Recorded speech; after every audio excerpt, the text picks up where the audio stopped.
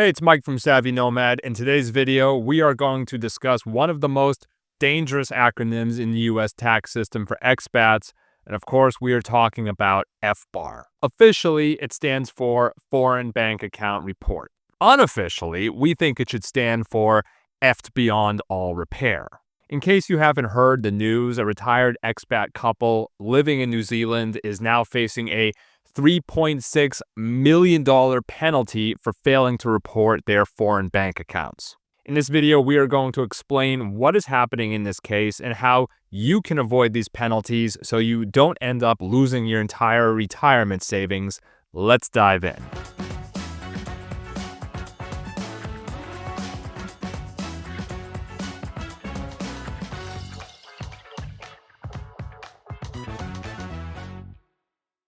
So let's start with the case of the poor couple in New Zealand.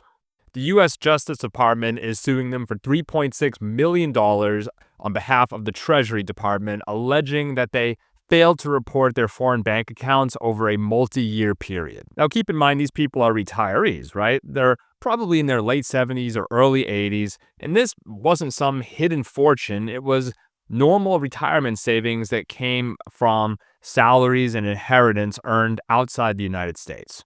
Also, note that there is no allegation of tax evasion here. Again, this is only a simple failure to report. Simply by not filing their FBAR, this couple has racked up penalties that could potentially wipe out their entire retirement savings. Here's the core FBAR rule that every American abroad needs to understand.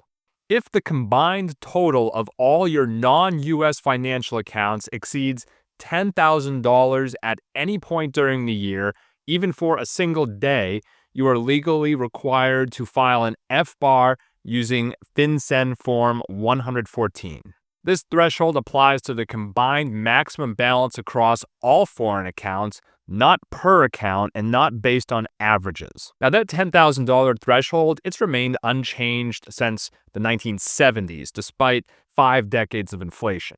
In today's dollars, that threshold should be closer to $80,000, but the law still uses the original figure. Probably many of you watching this video have had more than $10,000 in your account at some point, so you can understand how easily that threshold can get crossed. Now let's talk about penalties, because this is where the damage happens. For non-willful violations, meaning you did not intentionally hide accounts or income, the IRS can impose penalties of more than $16,000 per violation per year. That means if you fail to file FBARs for 3 years, you could be facing over $48,000 in penalties, even if you owed $0 in actual U.S. income tax. These penalties apply strictly to reporting failures, not unpaid tax balances.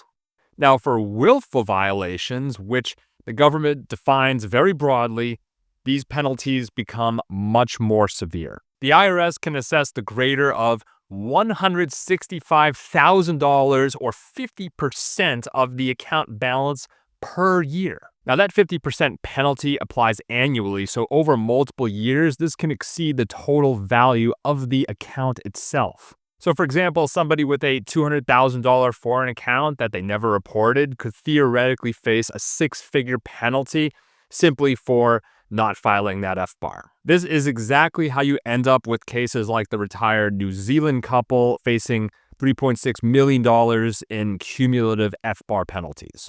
Now, many Americans abroad, they legally eliminate or greatly reduce their federal income tax bill using things like the foreign earned income exclusion or the foreign tax credit.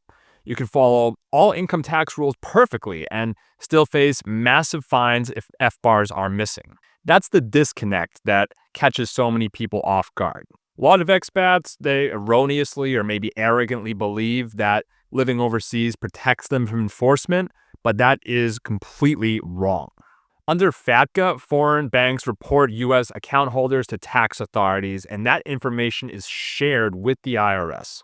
When the IRS sees foreign account data connected to your social security number and no corresponding FBAR filings, that raises a few red flags. Large international money transfers, investment activity, inheritance payments, and asset sales also leave paper trails that make accounts visible. As you can see from the New Zealand case, you do not need to be a super rich individual to trigger enforcement. Now here's the critical part. If you are behind on FBARs, the IRS does offer catch-up programs designed specifically for expats. The most important one is the Streamlined filing procedures. Under this program, eligible non-willful filers generally must submit the most recent 3 years of federal income tax returns and the most recent 6 years of FBARs. When done correctly, the IRS does not assess FBAR penalties or failure to file penalties under the Streamlined rules. You still must pay any tax owed plus interest, but for many expats, that amount is small or maybe even zero due to existing credits and exclusions. There are also separate delinquent FBAR submission procedures for people who properly reported income and paid their taxes, but simply forgot to file their FBARs. In qualifying cases, the IRS states it will not impose FBAR penalties if specific conditions are met. For late FATCA forms and international information returns, taxpayers may qualify under separate delinquent submission programs by providing, quote, reasonable cause explanations. For Americans abroad, FBAR compliance is not like forgetting your anniversary. There's no, sorry, honey, I forgot. This is a legal obligation with serious financial consequences. Now, keep in mind that the standard filing deadline is April 15th with an automatic extension to October 15th. Again, just as a reminder, this is filed with FinCEN, not the IRS, and we'll drop a link in the video description where you can go do that. And speaking of links in the video description, here at Savvy Nomad, we help expats obtain legal residency in Florida for tax purposes. So check that out, and also be sure to join our email list so you can get the free 2026 Expat Tax Guide. And finally, don't forget to hit that like button and subscribe to the channel. Thanks so much for watching, and we'll see you in the next video.